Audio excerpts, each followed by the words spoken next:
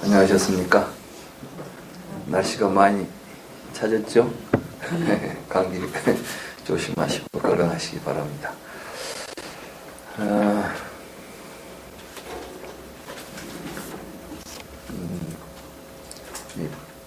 부처님의 가르침은 우리가 어떻게 하면 행복하게 살 것인가? 왜 우리들의 삶에 많은 괴로움이 있는 것인가? 살아있는 모든 존재들은, 이 세상에 태어난 모든 존재들은 행복하게 살기를 희망할 것입니다. 그런데 그렇게 되지 않기 때문에 이제 종교도 필요하고 다른 것도 필요하지 않겠습니까? 그래서 부처님께서 우리에게 하신 모든 말씀은 우리를 괴롭게 하는 요인들, 이걸 불교에서는 번뇌라고 부릅니다. 그래서 번뇌를 어떻게 소멸할 것인가? 열반은 멸진이라고 말합니다. 열반은 니르바나라고 하죠. 니르바나, 닙반나. 니르바나라는 말은 무엇이냐면 모든 번뇌가 다 타버렸다. 소멸되어 버렸다. 소진되어 버렸다. 없어져 버렸다. 사라져 버렸다. 이런 의미를 지닙니다. 그래서 이제 열반을 이야기할 때 우리가 누진통이라고도 부릅니다. 그러니까 모든 번뇌가 다 사라져 버린 이런 경지죠. 그러니까 우리는 어떻게 하면 이 번뇌를 소멸할 것인가? 이게 불교의 핵심이다. 또 그걸 위해서 우리가 수행도 하고 불교 공부를 하는 것이다. 이렇게 이제 목적을 분명하게 알고 공부를 해야 합니다. 그래서 부처님께서는 이제 마지막 니까야 두 번째 제2경 이름이 일체의 번뇌라고 하는 경입니다. 일체의 번뇌.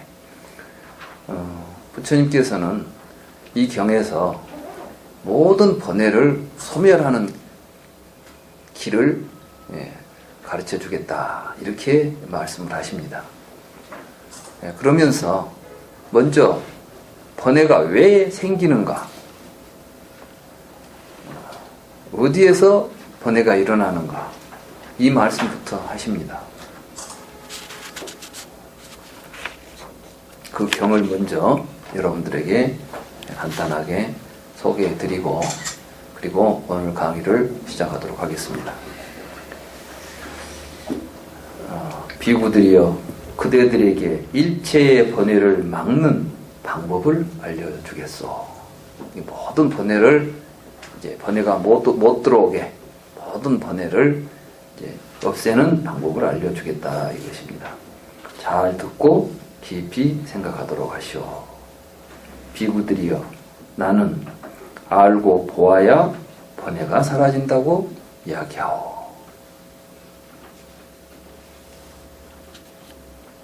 이 번뇌는 그냥 무조건 수행한다고 해서 사라지는 게 아니라 알고 보아야 사라진다 이렇게 말씀하셨어요.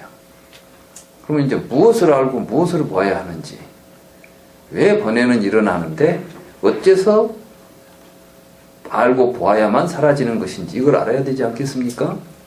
사실은 불교의 모든 공부는 뭐냐면 번뇌는 왜 어떻게 해서 일어나는가를 알고 보고 그 다음에 어떻게 하면 사라지는가를 알고 보는 것이 불교 공부입니다. 그러겠죠? 네. 나에게 번뇌 때문에 내가 괴롭다면, 번뇌로부터 벗어나면 괴로움에서 벗어날 수 있다고 한다면 번뇌에 대해서 정체를 알아야 될 거 아닙니까? 우리가 뭐 전쟁을 하더라도 적이 있어야 적이 누가 적인지 제일 곤란한 게 뭐겠습니까? 피하가 구분이 안 되면 곤란하겠죠? 저게 적인지 친구인지 아군인지 적군인지를 모르면 안 되는 거예요. 여러분들은 지금 행복하게 살아야 되겠다, 행복하게 살아야 되겠다 하면서 실제로 여러분들의 행복의 왼수들, 행복을 가로막고 있는 적을 그놈이 동진 줄 알고 껴안고 살고 있다면 안 되겠죠? 이게 뭐든지 알아야 된다니까. 근데 막 불교는 알 것도 없이 수행만 하자. 이렇게 하면은 문제가 생기는 거예요. 지금 우리 주변에 이제 항상 문제가 왜 생기냐 그러면은 무엇을 알고 무엇을 보고 어떻게 해야 될 줄 알고 가면 편하겠죠. 그런데 지금 총을 들고 지금 싸우기는 싸워야 되겠는데 누가 적인지 아군지도 모르고 아무나 보고 막 가리고 있으면 되겠습니까? 이거 안 되는 거예요. 우리 지금 수행이라는 게 너무 그래서 이제 제가 이 경을 번역하면서 느낀 게 부처님 말씀을 우리가 깊이 성찰하고 잘 듣고 이해해서 공부를 해가면 누구나 다 쉽게 갈 수 있겠구나. 그런데 이게 안 되니까 불교 공부한다고 수십 년을 해도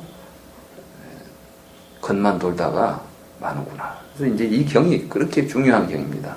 지금부터 잘 듣고, 부처님도 그러셨죠? 잘 듣고 깊이 생각해 보라 그러셨죠?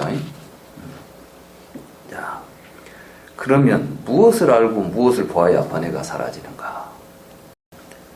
이치에 맞는 생각하기와 이치에 맞지 않는 생각하기가 있다 그랬어요. 그러니까 이 세상은 우리들이 보면 사람들은 다 생각을 하고 삽니다.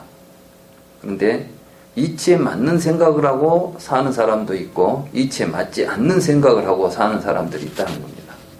비구들이요, 이치에 맞지 않는 생각을 하면 생기지 않은 번뇌가 생기고, 그러니까 아직 안 생긴 번뇌가 이치에 맞지 않는 생각을 하면 이제 일어난다는 거예요, 이게.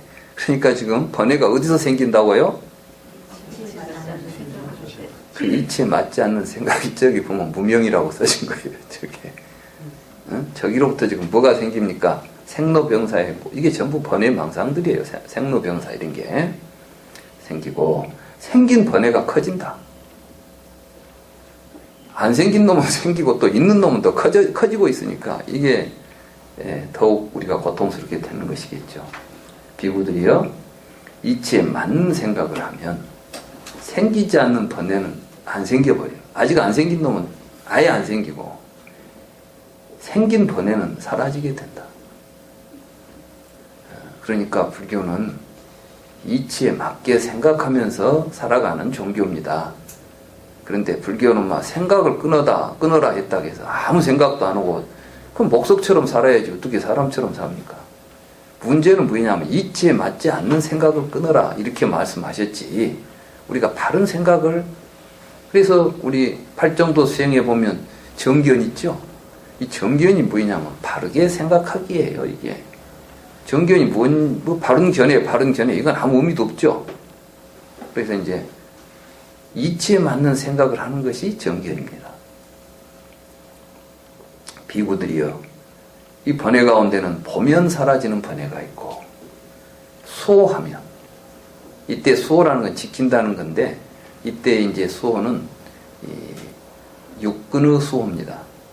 육근 수호라는 건 뭐냐면 우리들이 살아가면서 이 안, 이, 비, 설신, 의라고 하는 6가지 지각 활동을 합니다.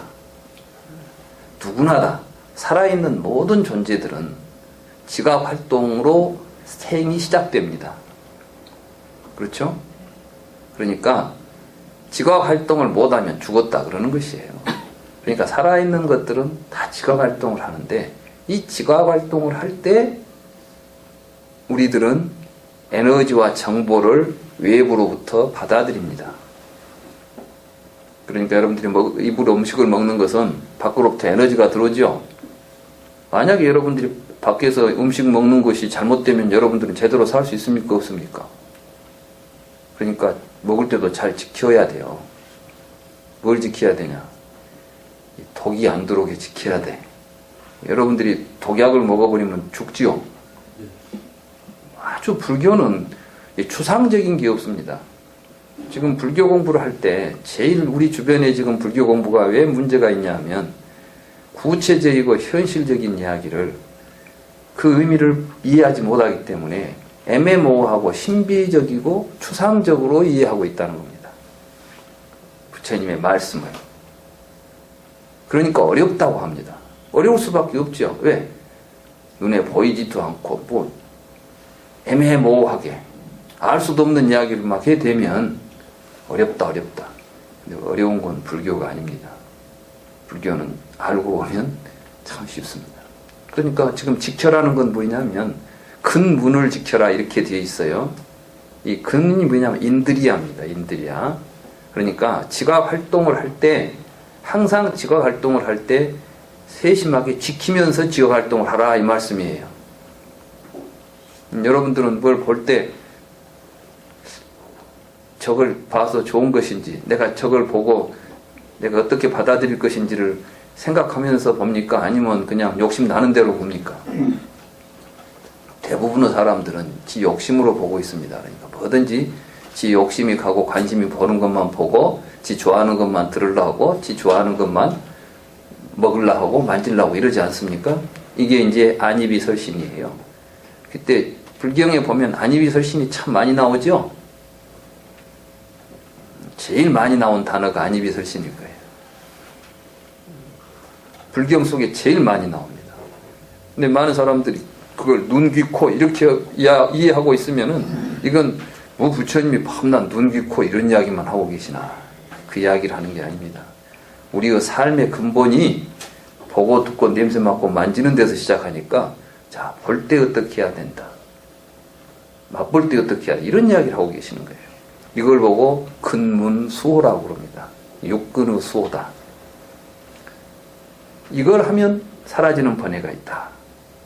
그 다음에 지족하면, 만족하면 이제 사라지는 번뇌가 있고, 인내하면, 참으면 사라지는 번뇌가 있고, 멀리하면, 가까이 하지 않으면 사라지는 번뇌가 있고, 몰아내면 사라지는 번뇌가 있고, 수습하면, 수행을 해서 좋은 이제 습관을 익히면 사라지는 번뇌들이 있다. 부처님은 이렇게 우리 번뇌가 사라지는데 번뇌의 종류들이 정확하게 어떤 것들은 어쩌면 사라지는지도 다 처방을 해놓은 거예요. 감기 들면 감기약 먹어야 되고 소화불량이면 소화불량약을 먹어야 되겠죠. 만병통치약은 없어요. 그래서 불교 공부를 할 때 이런 걸 정확하게 알고 공부를 해야 된다. 이렇게 자상하신 분입니다. 그런데 그거 가운데서 근본이 있겠죠. 근본. 이 근본이 보면 사라지는 번뇌가 근본이 됩니다. 그래서 이제 이 보면 사라지는 번뇌는 뭐냐면 알면 보고 알아야 사라지죠. 사실은 지족하는 것도 그렇고 이 모든 게 사실은 보고 알아야 돼. 아, 이것은 지족하면 사라지는 번뇌구나. 이것은 지키면 사라지는 번뇌. 이렇게 알아야 될 거 아니에요. 그러니까 모든 이제 번뇌의 근본은 보면 사라지는 번뇌. 모르니까 일어나는 번뇌입니다. 그래서 이제 이 경에서 핵심은 보면 사라지는 번뇌입니다. 그럼 뭘 보라는 것일까요? 비구들이요, 보면 사라지는 번뇌들은 어떤 것들인가? 비구들이요, 무지한 범부들은 생각해야 할 법들을 알지 못하고 생각해서는 안 될 법들을 알지 못한다. 그러니까 이 중생들은 무엇을 생각하고 어떤 생각을 하면 안 되고 어떤 생각을 해야 되는지를 잘 모른다는 거예요. 아까 부처님께서 처음에 어떤 말씀을 하시냐면 이치에 맞지 않는 생각을 하면 번뇌가 생긴다고 그랬죠. 그러니까 이치에 맞지 않는 생각은 생각하면 되겠습니까? 안 되겠습니까? 그래요. 그러니까 이치에 맞지 않는 생각과 이치에 맞는 생각을 구별할 줄을 몰라가지고 이치에 맞지 않는 생각은 안 하고 이치에 맞는 생각을 해야 되는데 무지한 중생들은 이치에 맞지 않는 생각만 하고 이치에 맞는 생각은 안 한다는 거예요. 그러니까 그걸 모른다는 거예요. 그래서 생각해야 될 법들은 생각 안 하고 생각해서는 안 될 법들만 생각하는 것이 중생이다. 무지한 범부들이다. 그런 말씀입니다. 이때 이제 그럼 어떤 것들이 생각해서는 안 될 법들로서 무지한 범부가 생각하는 법들인가? 그리고 만약에 그것을 생각하면 아직 생기지 않은 용루가 생기거나 이미 생긴 용루가 커지거나 아직 생기지 않은 유루가 생기거나 무명루가 생기거나 사실은 이제 부처님께서는 우리들이 가지고 있는 번뇌의 종류를 크게 나누면 3가지가 있다 그랬어요. 용루, 유루, 무명루입니다. 근데 이 3가지는 사실은 서로 떨어져 있지를 않습니다. 그런데 이제 쉽게 말하면 우리가 무명, 이 진실한 것, 참된 도리를 모르는 것이 번뇌지요. 모르면 계속해서 잘못된 생각을 하게 된단 말이죠. 그러니까 여기에서 뭐가 일어나냐면 탐욕이 일어납니다. 욕심, 또 감각적 쾌락입니다. 이 욕이라는 것은 근본적으로 우리들의 모든 욕망의 근원은 여러분들이 눈으로 뭘 보고 귀로 듣고 할 때 여러분들에게 느껴지는 쾌락이 뿌리가 돼가지고 기타 등등의 다른 욕망으로 번져갑니다. 그러겠죠? 그걸 이제 까마라고 그러죠. 까마. 감각적인 욕망들이에요. 그런데 이것이 이제 번뇌가 돼가지고 일어나는 거. 그 다음에 유루가 있습니다. 유루. 이 유가 뭐냐 하면 자기를 존재로 생각한다는 겁니다. 이 지점에 대해서 여러분들이 깊이 좀 생각하셔야 되는데, 불교에서 무아를 이야기한다고 해서 나의 존재가 없다는 이야기를 하려고 하지 않습니다. 문제는 무엇이냐 하면 우리는 자기를 시간적 존재로 이해하고 있다는 겁니다. 그러니까 여러분들은 나 그러면은 나의 과거가 있고 현재가 있고 여러분들의 머릿속에는 미래가 있습니다. 그렇습니까? 안 그렇습니까? 그렇습니다. 그게 유예요, 유. 그 생각이 번뇌인 거예요. 그러니까 여러분들이 현재 있으면서도 항상 과거에 대해서 찝찝한 게 있죠. 과거가 후회스럽다거나 옛날 생각을 하면 화가 난다거나, 되게 보면 많은 사람들이 과거에 사로잡혀서 삽니다. 어려서 누구한테 뭘 당했다거나, 우리가 좀 뭐 트라우마라는 거 있죠. 이런 게 전부 뭐냐면은 자기 존재가 과거에 매여 있으니까 이제 거기로부터서 현재 자기가 지금 계속 고통을 받는 겁니다. 이런 게 다 유루예요. 자기가 존재이기 때문에 겪게 되는 고통들이죠. 또 미래에 대해서 자꾸 걱정스럽죠. 요즘 우리 학교에서 보면 우리 학생들, 젊은이들이 굉장히 고통스러워합니다. 학교에서 보면 불쌍해요. 내가 강의를 하면 애들이 강의에 집중을 못합니다. 왜 그런가 봤더니 지금 이 시간에 막 우리 철학 같은 거는 학점 따러 왔지 공부하러 온 게 아니에요. 지금 학교에서 이거 따야 졸업을 하니까 졸업 학점만 따러 왔지 지금 생각은 딴 데가 있어. 뭐 해야 되냐면 취업 준비를 해야 돼요. 그러니까 뭐 시간 중에 막 영어책 보고 있는 애들 막 복잡합니다. 그러면 그 애는 어떻겠어요? 시간 중에 딴 책 보고 있으면 그 시간이 편하겠습니까? 불편하겠습니까? 불안하지. 선생님한테 걸리면 또 요거도 먹을 것 같고. 그러니까 막 눈치 보면서 막 그래도 막 하고, 왜 이렇게 각박하게 살까? 이 사람들은 지금 미래가 너무 불안한 겁니다. 그래서 이제 걱정하고 살죠. 이게 이제 유루예요, 유루. 그러니까 뭐 용루, 유루, 무명루 이런 걸 그냥 아무 생각 없이 개념적으로 받아들이면 여러분들이 용루, 유루, 무명루로 세 가지를 외우고 다닌다고 해서 여러분들에게 도움이 안 됩니다. 구체적으로 여러분들이 뭘 볼 때에 말하자면 맛있는 음식이나 좋은 것을 보면 여러분들이 아 이거 참 맛있다 이렇게 느꼈으면 그 다음에 또 생각나죠? 또 먹고 싶죠? 그런데 먹을 수가 없게 되면 좀 고통스럽죠? 다른 사람이 먹고 있으면 부럽죠? 이런 게 다 이제 우리를 괴롭히는 것들 아니에요. 이게 이제 까마라는 누예요. 그래서 이제 용루, 유루, 무명루 이런 것들이 생긴다는 거예요. 어디서 생길까요? 이게 굉장히 중요합니다. 비구들이요. 어떤 것들이 생각해야 하는 법들로서 무지한 범부가 생기지 않은 법들인가? 또 그것에 생각하면은 아직 생기지 않는 용루, 무명루 이런 것 다 없어지는 것인가? 이제 이 이야기를 하는 겁니다. 그러면 이제 구체적으로 무지한 범부는 다음과 같이 이치에 맞지 않는 생각을 한다. 지금부터 잘 들어야 됩니다. 나는 진실로 과거에 존재했을까? 존재하지 않았을까? 진실로 과거 세는 무엇이었을까? 진실로 과거 세는 어떻게 지냈을까? 나는 진실로 과거 세에 무엇이 되어가지고 무엇으로 존재했을까? 나는 진실로 미래 세에는 존재하게 될까? 존재하지 않게 될까? 진실로 미래에서는 무엇이 될까? 진실로 미래에서는 어떻게 지내게 될까? 나는 진실로 미래에서는 무엇이 되어서 무엇으로 존재하게 될까? 현실에서는 현세의 자신을 의심한다. 나는 진실로 존재하는가 존재하지 않는가? 나는 진실로 무엇인가? 나는 진실로 이 세상에서 어떻게 지내야 할까?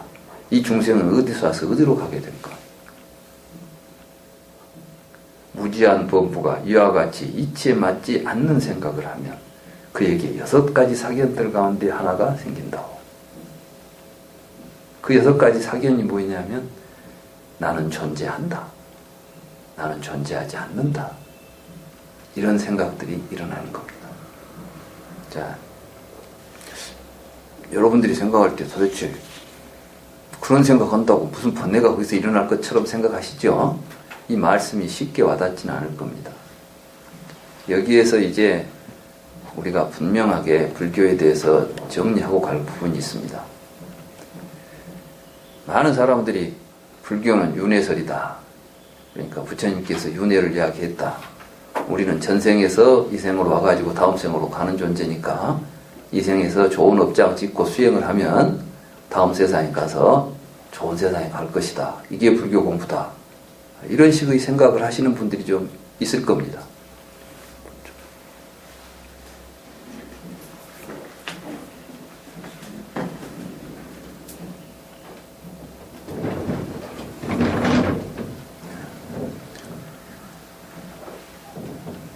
모두 그런 불교는 윤회설이니까 윤회한다는 이야기를 불교에서는 꼭 해야 되는 것처럼 생각하시는 분들이 있죠. 근데 부처님이 지금 그런 말씀을 하셨습니까? 지금 부처님께서는 그런 생각하니까 번뇌가 일어난다 이렇게 말씀하셨잖아요. 네. 해탈은 그러니까 지금 부처님께서 말씀하신 열반과 해탈은 뭐 윤회로부터 벗어난다 이런 개념, 지금 여러분들이 알고 있는 윤회의 개념과는 좀 다르다는 것을 이 경은 분명하게 보여주고 있습니다. 이 경 하나만 이야기하고 있으면 어쩌다가 말이 잘못 나왔는가 보다 생각도 하겠는데 실제로 부처님께서 말씀하신 경전들의 대부분에서는 이 생각으로 모든 법이 설해지고 있습니다. 그러니까 이제 우리 같이 공부하는 우리들은 더 이상 불교 공부하면서 윤회를 논하지 마시고, 윤회는 뭐냐면 미래에 대한 이야기입니다. 또 과거에 대한 이야기입니다. 그런데 부처님께서는 항상 하시는 말씀이 왜 있지도 않은 과거에 대해서 자꾸 우리가 생각을 돌리느냐. 이미 과거는 지나가 버렸기 때문에 없습니다. 혹 여러분들이 과거에 뭔가 어떤 일이 있었다 할지라도 그것은 지금 현재 하지 않는 것들입니다. 그렇습니까? 안 그렇습니까? 여러분들에게 그것이 영향을 주려면 여러분들이 그것을 붙잡고 있을 때 영향을 주지, 여러분들이 생각을 놔버리면 아무 힘도 없는 것들입니다. 그렇죠?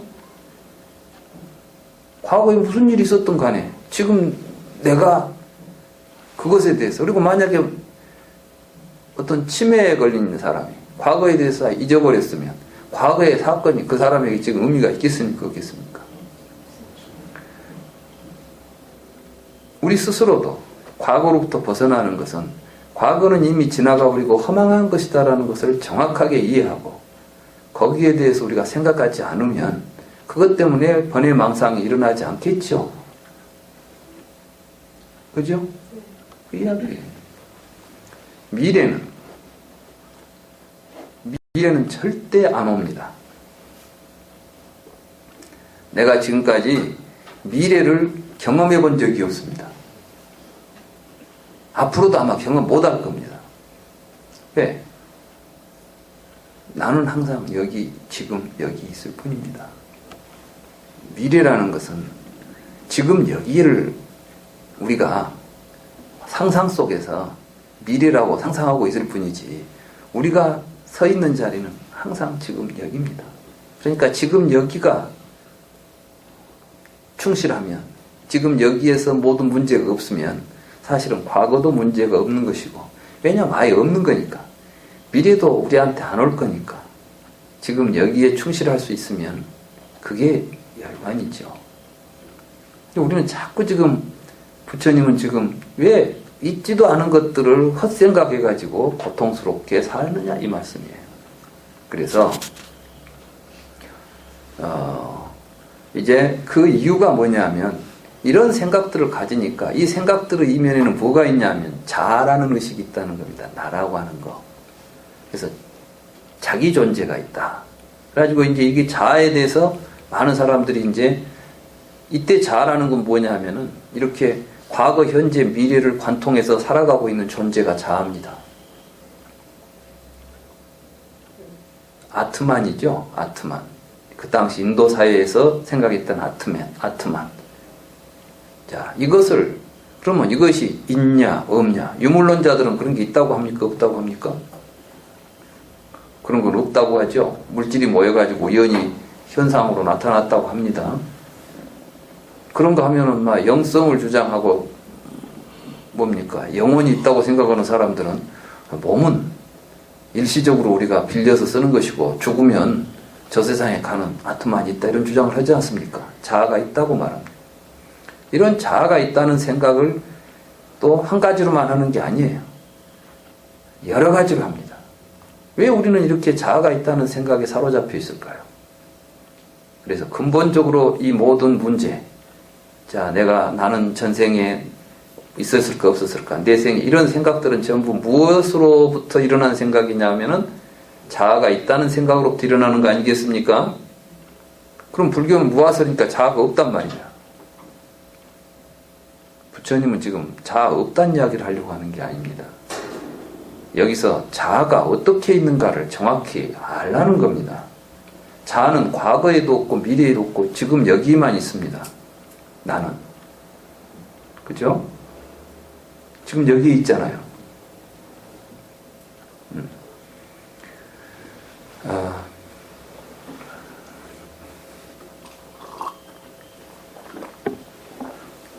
왜 미래의 자아가 나에게 의미가 없는 것인가?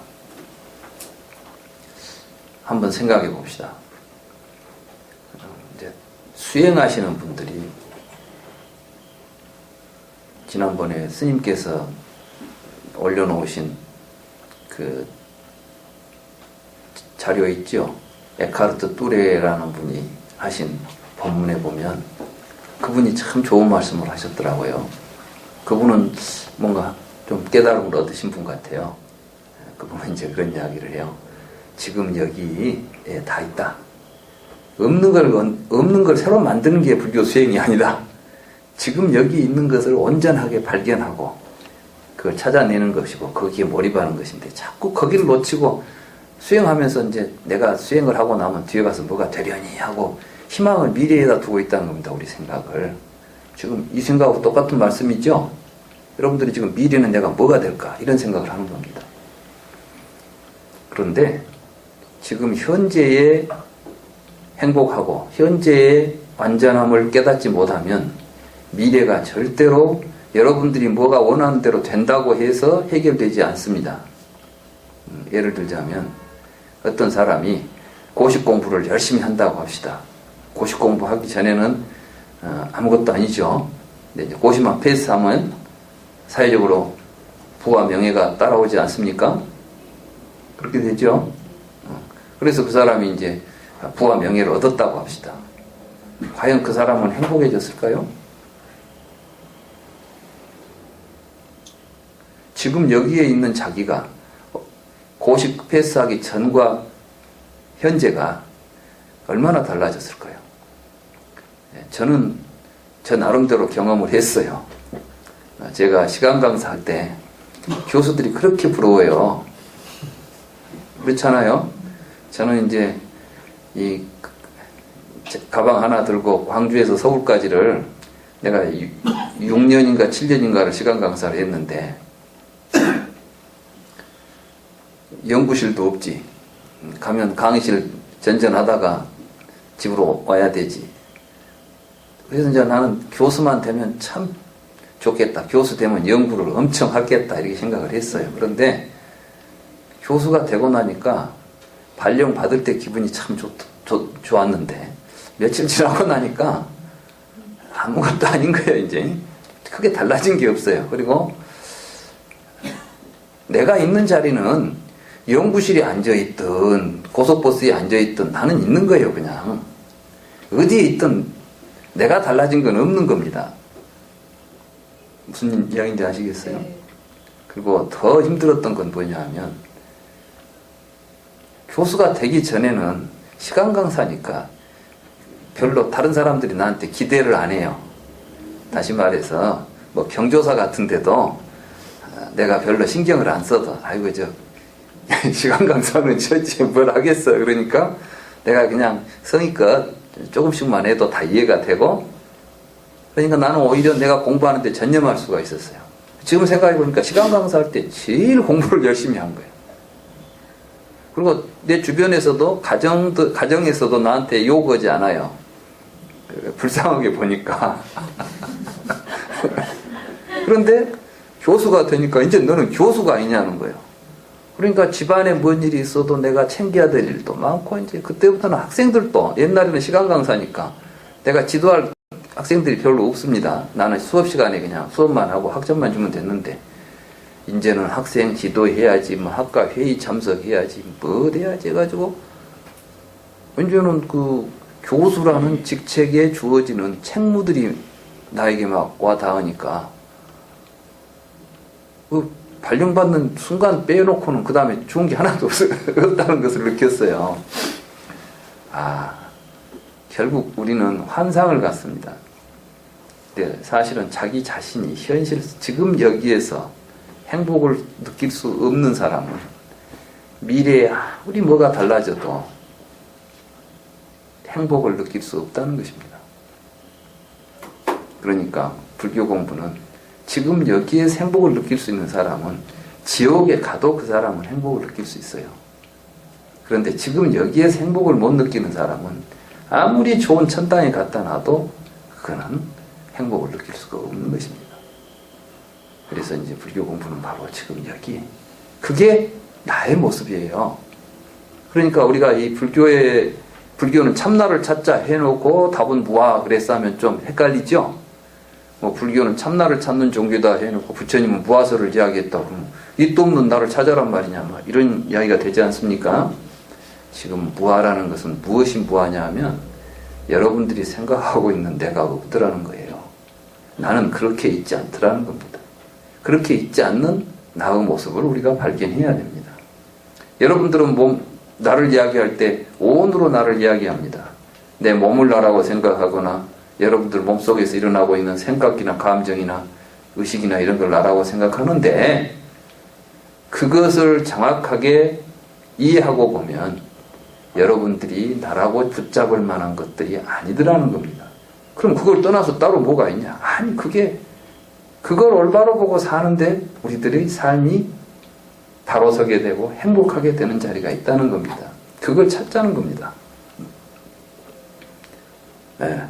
그래서 이제 그 이야기가 불교의 전부입니다. 지금 우리가 불교가 아주 복잡하고 교리가 엄청나 팔만대장경이라고 하지만 그것은 결국 그 이야기를 하는 겁니다. 그걸 다른 말로 말하면 일심이라고도 말합니다. 한 마음 밝히는 겁니다. 한 마음이 뭐냐면 한 생명. 지금 내가 살아가고 있는 나의 삶을 정확하게 이해하자는 겁니다. 불교에서 마음이라고 하는 단어가 나오면 여러분들은 몸속에 들어있는 그 무엇처럼 착각하기가 쉽습니다. 그런데 이때 마음은 절대 몸속에 들어있는 어떤 놈이 아니라 바로 생명입니다. 살아있는 삶입니다. 생명을 마음이라고 부르는 것이에요. 그러니까 이제 생명의 실상, 이걸 우리가 정확하게 깨달아서 그 실상에 맞춰서 살면 우리는 행복해질 수 있다. 이게 부처님의 가르침입니다. 그 가르침을 이제 가장 구체적으로 표현한 게 12연기입니다. 12연기 있죠? 그래서 부처님께서는 나는 연기를 깨달아서 부타가 되었다. 내가 깨달은 법은 연기법이다. 이렇게 말씀하신 겁니다. 그리고 또 어떤 말씀을 하시냐면 연기를 보는 자는 법을 보고 법을 보는 자는 연기를 본다. 또 어떤 경에서는 연기를 보는 자는 나를 보고 나를 보는 자는 연기를 본다. 그러니까 즉 지금 부처님은 지금 무슨 말씀을 하시냐면 우리가 말하는 부처님은 이런 모습을 가지고 있는 부처님이잖아요. 근데 부처님께서는 그게 아니라는 거예요. 연기법이 곧 열애의 몸이다. 이게 뭐 진리다. 그게 뭡니까? 이 연기의 구조로 되어 있는 것이 우리들의 마음입니다. 그러니까 12연기는 사실 우리의 마음을 이야기하고 있는 것이지 다른 이야기가 아닙니다. 그런데 많은 지금 해석을 하는 분들이 이걸 삼세 양중인과다 그래가지고 현생에서 현생으로 현생에서 내세로 가는 이야기를 하고 있다. 지금 부처님이 그런 생각하면 번뇌망상 일어난다고 말씀하셨죠. 그런 말씀을 하신 분이 연기법을 이야기하셨겠습니까? 삼세 양중인과 윤회하는 이야기를 지금 말씀하셨겠냐고요. 내가 깨달은 것은 윤회하는 이야기다. 그게 말이 된 이야기예요, 지금. 이 경을 통해서 보면 그 해석이 얼마나 잘못된 해석인가를 알 수 있겠죠. 그런데 우리 주변에서는 그 해석을 중심으로 해서 불교를 이해합니다. 그리고 거기서 벗어나자고 수행들을 합니다. 그러니 제대로 될 리가 없죠. 그러니까 오랫동안 많은 사람들이 수행을 했지만 뭐 깨달았다거나 윤회를 벗어났다거나 이런 소식이 안 들려요. 그것은 지금 뭔가 제대로 길을 못 간 겁니다. 이게 제대로 이해를 못 한 거라고요. 그래서 오늘은 이제 그 이야기를 하려고 합니다. 그러니까 부처님 말씀을 우리는 항상 자기 자신의 이야기로 들어야 됩니다. 부처님께서 열반하실 때 우리에게 간곡히 말씀하신 부탁하신 말씀이 있죠. 그게 뭐냐 하면 다른 사람을 의지하지 말고 너 자신의 의지하라. 근데 우리는 자꾸 막 큰 스님을 의지하면 뭐가 될 것 같고 불보살을 의지하면 뭐가 될 것 같고 부처님이 지금 부처님 열반하시니까 막 부처님도 안 계시면 우리는 어떻게 삽니까 하고 사람들이 불안해하니까 부처님께서 하신 말씀이 나는 다른 말하자면 우리가 열반을 얻고 스스로 바른 삶을 살아가는 길을 내가 다 이야기해 줬지 않느냐. 그러니 그 길에 의지해서 너 자신이 가야 된다. 이게 이제 너 자신에 의지하고 자기 자신에게 의지하고 남에게 의지하지 마라. 또 다르마에 의지하고 다른 것에 의지하지 마라. 이때 다르마가 뭡니까? 부처님 가르침이죠. 부처님의 가르침이 뭡니까? 우리 스스로의 마음을 밝히는 나 자신에게 의지해서 살아가는 길을 가르쳐 준 거예요. 그러니까 두 말은 다른 말이 아닙니다. 나 자신에게 자기 자신에게 의지하라. 그 말은 뭐냐면 근데 어떻게 자신에게 의지하는 법이 뭡니까? 그러니까 내가 가르쳐 줬잖아. 그게 다르마예요. 그러니까 다르마는 바로 나 자신에 의지해서 내가 가는 길을 보여준 가르침입니다.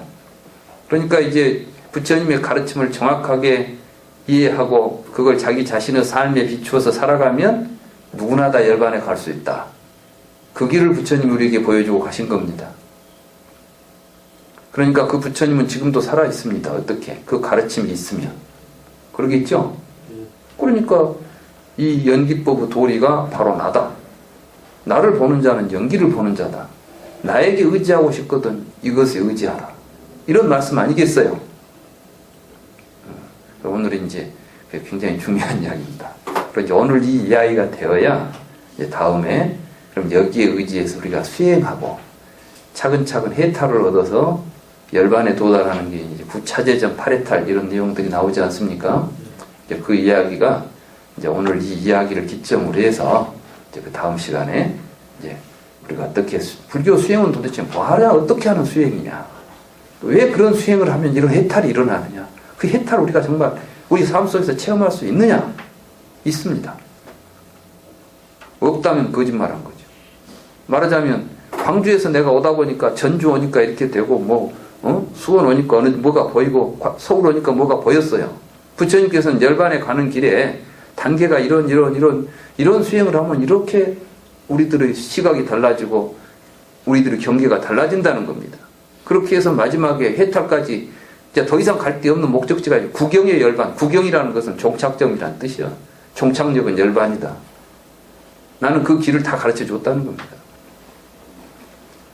우리는 부처님 말씀대로 한번 실천해서 부처님의 말씀이 진리냐 아니냐는 것은 여러분 스스로가 증명해야 됩니다. 이런 걸 보고 이제 체득이라고 그러죠. 체득한다 또는 성취한다 이렇게 말합니다. 그래서 이제 그러기 위해서는 알고 보아야 된다. 뭘 알고 보아야 되느냐? 이런 걸 알고 보아야 된다. 이제 이런 이야기가 되겠습니다.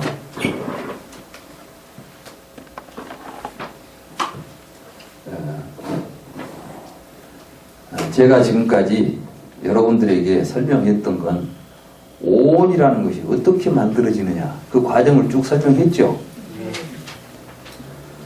도대체 우리가 나라고 하는 것들이 우리는 지금 나에 대해서 우리가 알고 싶지만 구체적으로 나에 대해서 아는 바가 없었어요.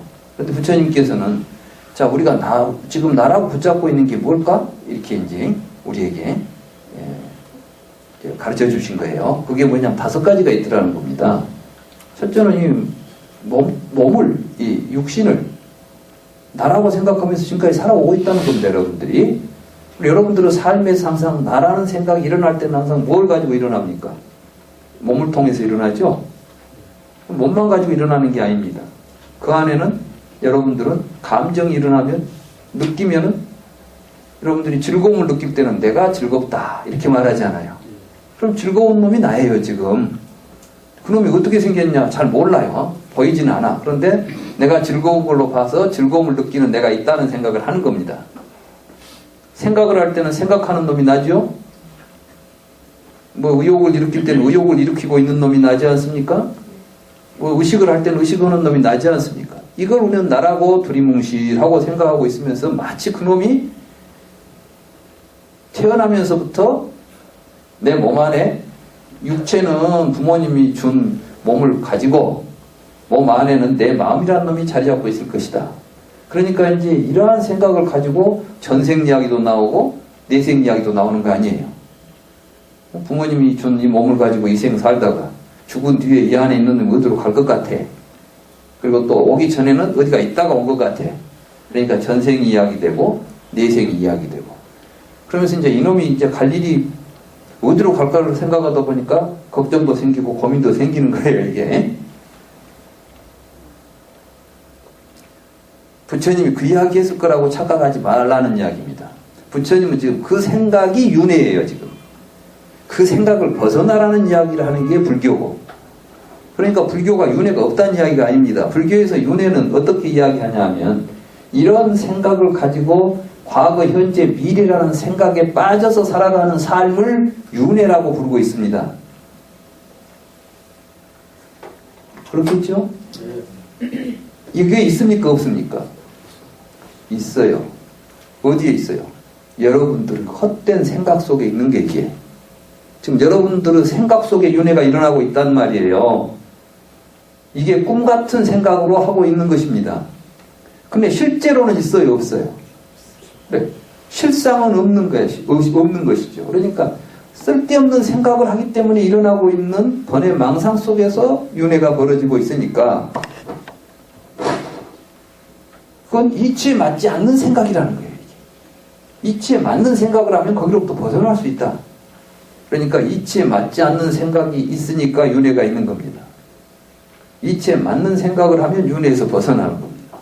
불교는 이치에 맞지 않는 생각 그만하고 이치에 맞는 생각을 하면서 살아라고 가르친다는 겁니다. 이 경 이야기가 그 이야기입니다. 맞죠? 그러면 이제 우리가 이치에 맞는 생각을 한번 해보자는 겁니다. 왜 우리는 지금 태어나서 늙고 병들어 죽는다는 생각을 하고 살아갔을까 생각해보니까 부처님은 내가 있기 때문에 그렇더라는 거예요. 나라는 존재가 있으니까. 그렇습니까? 이 나라는 존재에 대한 탐구가 오천에 대한 탐구였던 것입니다.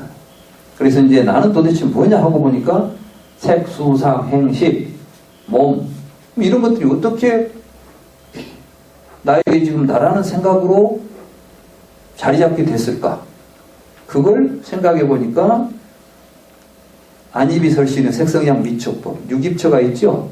내입처, 외입처. 내가 뭘 보고 분별심이 일어나가지고 이런 것들이 나라는 생각을 불러일으켰더라.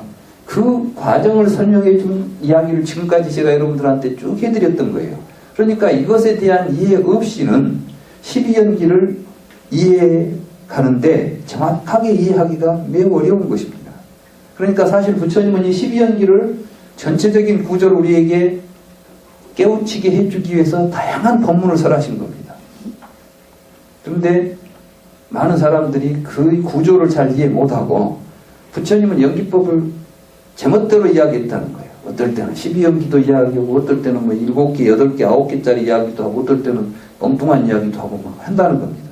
그러니까 연기설은 일관된 교리가 아니다. 이렇게 평가하는 불교학자들도 있습니다. 그건 이제 단어만 가지고 단어가 똑같으면 같다. 단어가 다르면 다르다. 이렇게 말하는 것이고 내면은 그렇지 않은 것입니다. 다시 말해서 지난 시간에 저희들이 사식설 이야기했죠? 4가지 음식을 이야기했잖아요.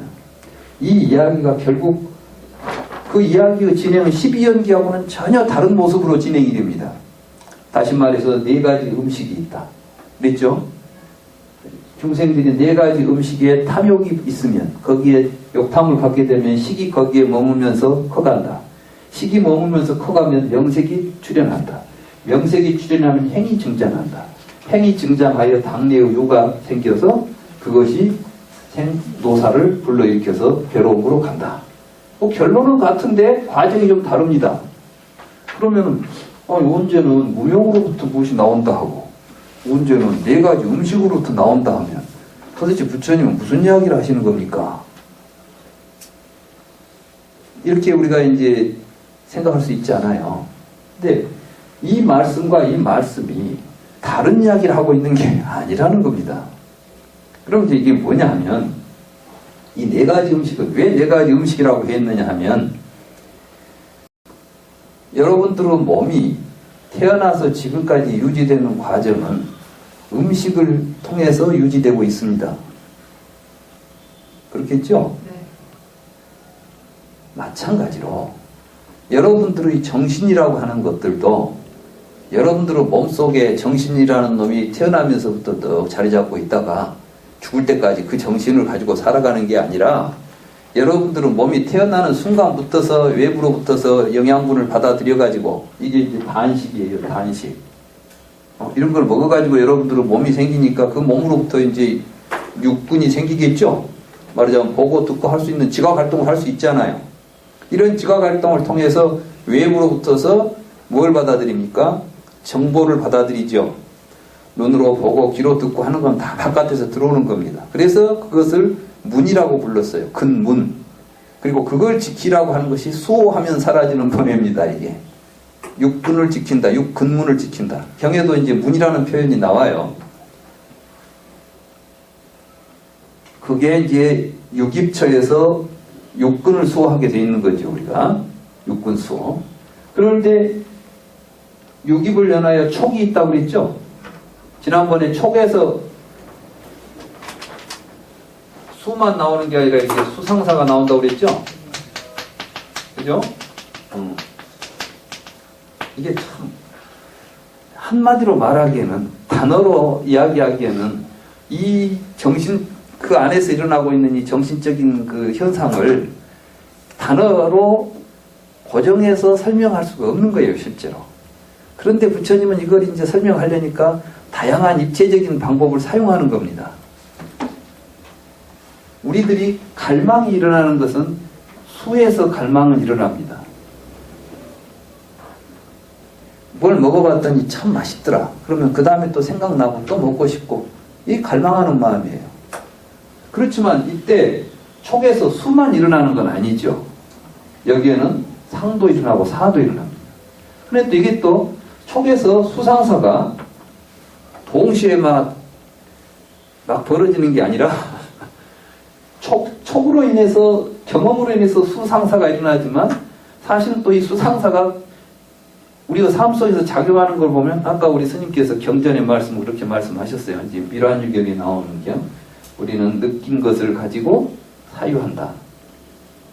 우리는 어떤 생각을 할 때 느낀 내용을 가지고 사유를 하게 되고 그걸 가지고 우리 나름대로 뭘 구상해내요. 그래서 이제 촉을 전하여 수상사가 발생한다. 또는 수를 가지고 상을 하고 상을 가지고 사를 한다. 이런 내용들이 나옵니다. 왜 이런 내용들이 나올 수밖에 없냐 하면 이 과정이 이렇게 직선적이지 않다는 거예요. 근데 많은 사람들은 이걸 어떻게 생각하냐. 창세기적으로 이걸 이해하려고 합니다. 어떻게? 하나님이 아담을 낳고 아담이 아브라함을 낳고 아브라함이 누구를 낳고 예수까지 왔다. 이런 이야기야. 그러니까 무명을 연해서 행이 생기고 행에서 식이 생기고 이렇게 해가지고 나왔다. 근데 갑자기 딴 게 끼어들면 없는 자식 위에 갑자기 끼어들어서 호적에 올라와 있는 거야. 응? 여러분들 이해가 그렇게 안 되는 거예요 지금. 그러니까 이제 혼란스러우니까 교리가 엉망이다 이거. 응? 이거 부처님 설법이 종잡을 수가 없다. 그러니까 아마 이런 것은 뒤에 아비달마 교리들이 막 모여가지고 체계화됐고 부처님은 이런 이야기 안 했을 것이다. 부처님 어떤 이야기를 했단 말이냐. 착하게 살라고 했을 것이다. 요즘 이제 대부분 이제 불교를 전공한다고 하는 학자들 이야기가 이런 니까에 같은 이런 건 부처님이 하신 말씀이 아니라는 거예요. 그럼 누가 했냐 그러니까 뒤에 아비달마 불교 하면서 체계화되는 과정에서 후대의 경전이 만들어지고 처음 경전은 법구경 또는 수다니빠따 그런데 보면 이제 길지 않죠. 무서워 불처럼 호사 혼자서 가라 막 이런 이야기를 하셨다는 거예요. 그러지 12연기가 어떻고 막 이런 복잡한 부처님이 하셨겠냐. 아니 했다는데 왜 하셨겠냐고 또 묻는지 모르겠어요. 그게 학문입니까? 그게 불교학이 그러니까 불교학이 형이화가 돼버려요. 생명력을 잃어버려. 그러니까 부처님이 깨달음이 뭐인지에 대해서 진지하게 접근하기보다는 그냥 알고 있는 자기들의 관념적 지식으로 문화사적으로 역사적으로 그게 제대로 된 역사도 아니고 문화사도 아닌데 그렇게 본단 말이에요. 그런데 사실은 이걸 보면 한 깨달음을 이루신 분이 아니면 이렇게 질서정연하게 모든 경전의 이야기가 하나로 이어질 수 있는 이런 체계성을 가진 이야기를 할 수가 없는 겁니다.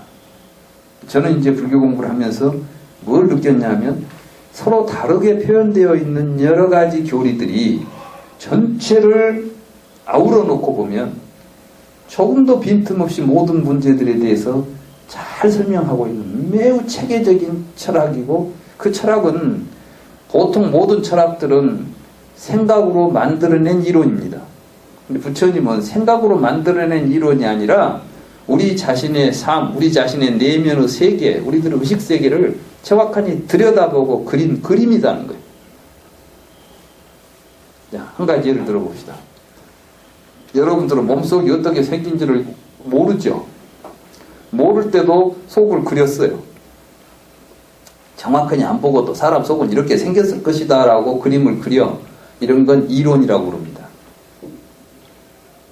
근데 에이 뜯어보자. 확 뜯어가지고 다 봤어. 그랬더니 여가 심장은 여가 달려있고 허파는 여가 있고 쓸개는 여가 있고 위장은 여가 있구나 하고 그대로 그려냈다면 이건 이론입니까? 사실입니까? 사실이죠. 불교는 사실을 이야기합니다.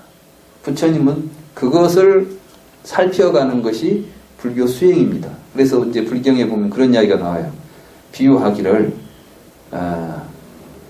백정이 사거리에서 소를 잡아놓고 쫙 갈라놓고 여기는 뭐가 있다 여기는 뭐가 있다고 낱낱이 보듯이 이렇게 관찰하라. 이런 표현들이 이제 나오죠.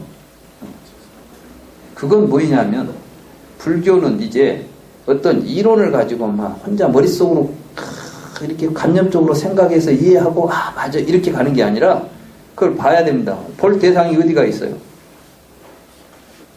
남을 볼 수 있어요? 없어요? 여러분들이 남 마음을 들여다볼 수 있습니까? 없습니까?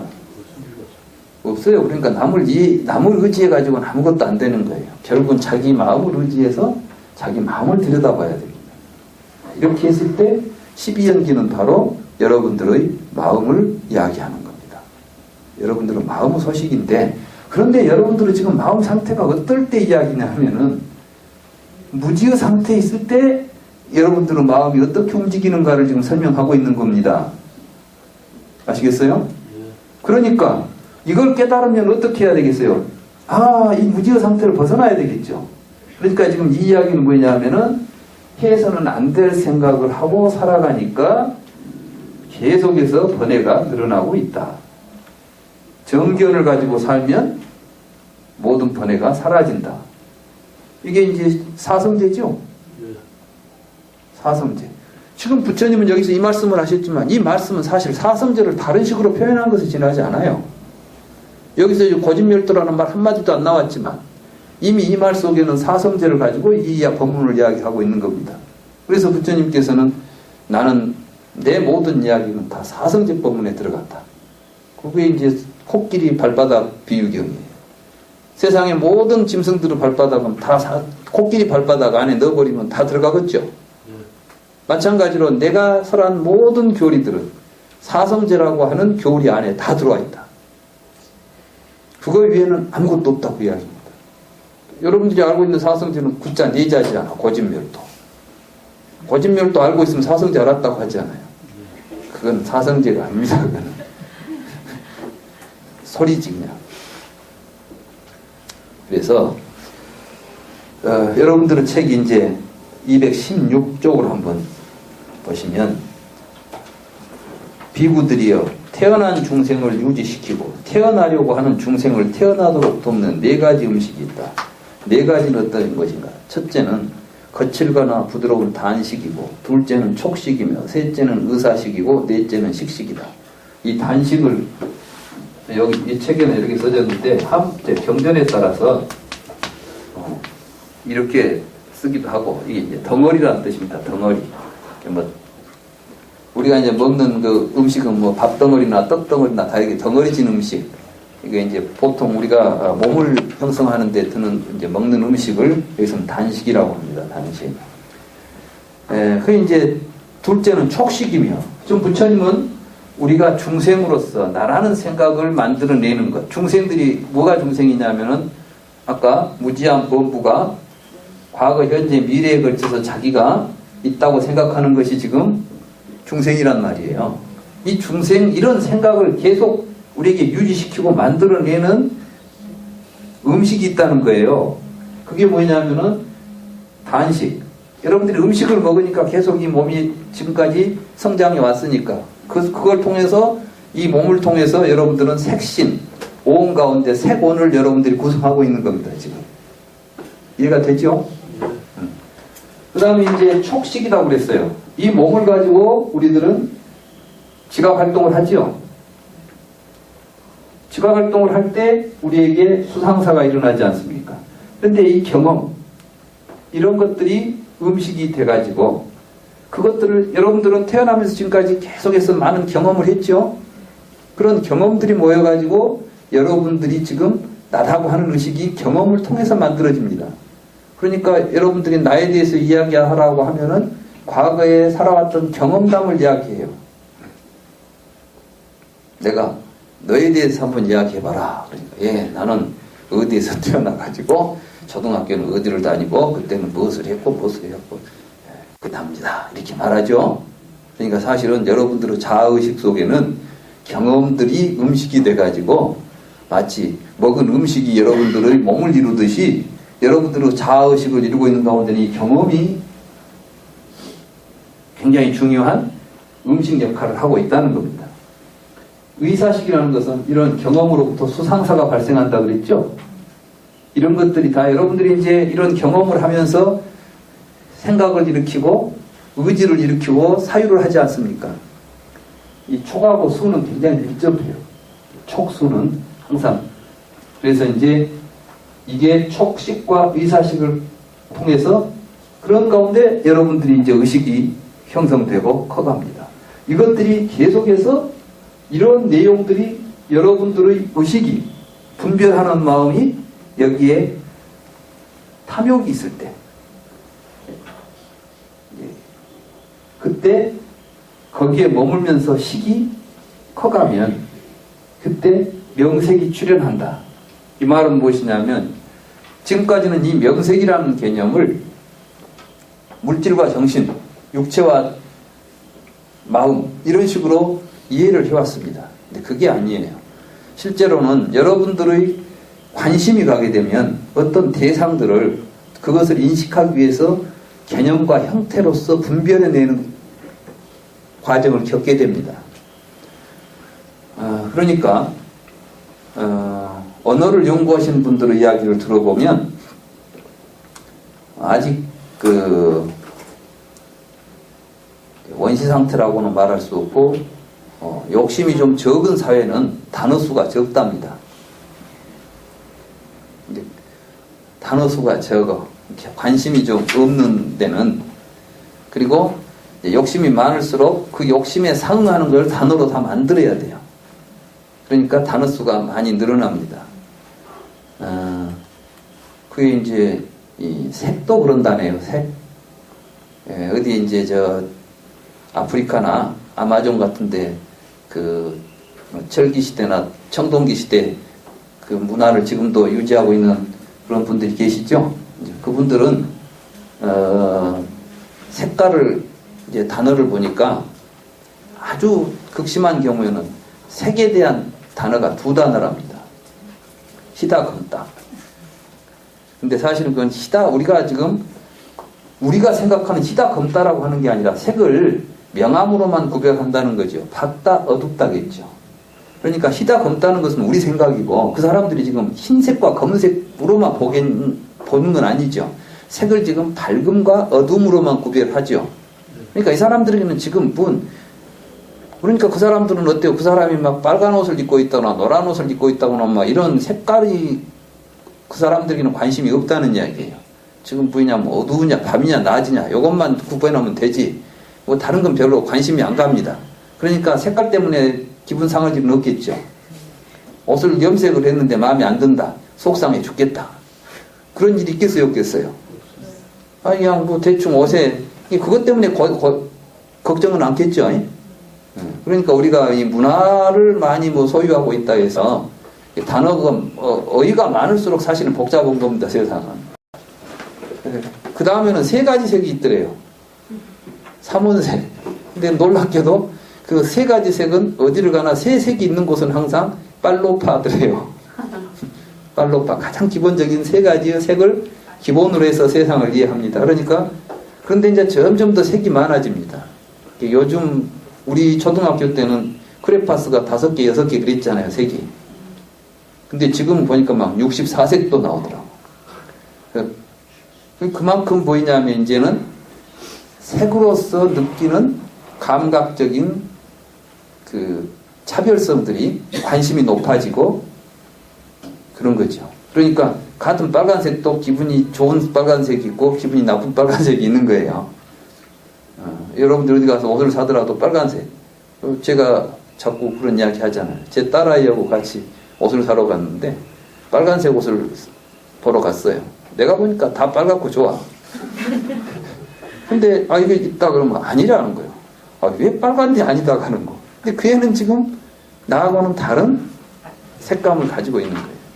이게 이제 우리가 말하는 이렇게 해서 촉을 통해서 이제 시기 촉을 통해서 나타난 내용들입니다. 이게 사실은 촉을 통해서 수상사가 나온 이것들이 지금 우리에게 차려진 밥상 같은 것들입니다. 이것들을 내가 관심 있는 것을 주워 먹게 되죠. 자기가 관심 있는 것을 가지고 자기 나름대로 또 하나 새로운 걸 만들어요. 아까 스님께서 직조를 한다고 그랬죠. 이게 전부 다 이제 이거 만드는, 이걸 보고 유의라고 그래요. 유의법. 좀 무의법과 유의법을 이야기할 때. 이렇게 해서 명색이 출현하게 됩니다.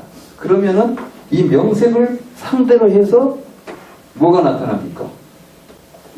다시 보고 느끼고 하는 이런 사람들이, 이게 이제 행위 증정한다 되어 있어요. 여기 보면 식을 연하여 명색이 있다. 그 이야기를 지금 여기서 하는 겁니다.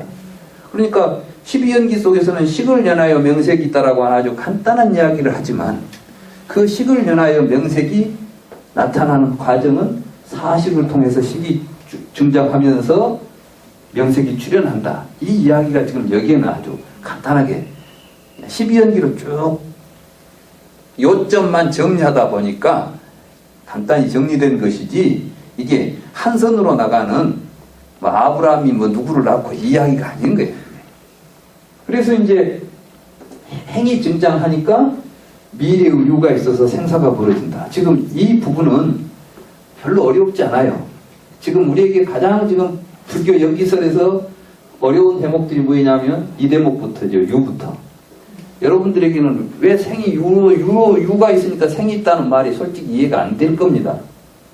부모가 있으니까 태어났지 무슨 놈 유 때문에 내가 있냐 이런 이야기잖아요. 그런데 생과 사라는 개념이 자리 잡으려면 뭐가 있어야 되는가? 한번 생각을 해봅시다. 태어난다는 말에는 항상 어떤 놈이 있어야 태어나는 거예요. 그죠? 지금 부처님께서는 생사 문제를 부모가 내 몸을 만들어서 내가 부모로부터 이 세상에 태어난 이야기를 하자는 게 아닙니다. 그 이야기, 그걸 어떻게 우리가 극복합니까? 그러니까 부처님의 이 연기법을 만약에 부모가 자식을 낳는 것을 생이라고 이야기해버린다면 생사를 초월하자 그 말은 뭐가 돼요? 자식 낳지 말자는 이야기가 돼요. 그러면 그게 뭐가 됩니까? 인류가 망해졌는 이야기다. 이런 종교가 있어서 쓰겠습니까? 부처님이 지금 인류를 멸망시키려고 말씀하신 거예요? 어때요?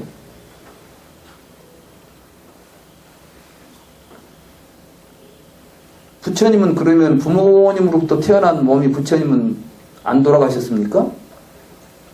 부처님이 무슨 문제를 해결했습니까?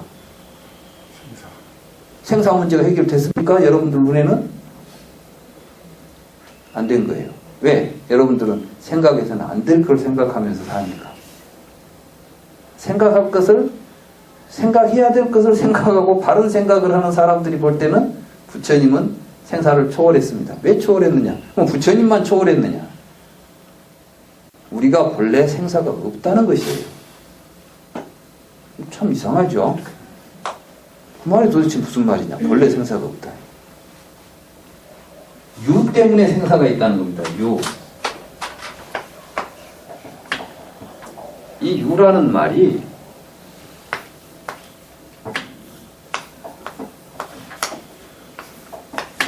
영어로는 being이라고 그랬죠? 우리가 이제 being이라는 것은 이렇게 시간적으로 전속되는 존재입니다. 우리들이 가지고 있는 모든 명사의 구조는 존재를 지시하는 것이 명사입니다. 영어로는 what 그러죠?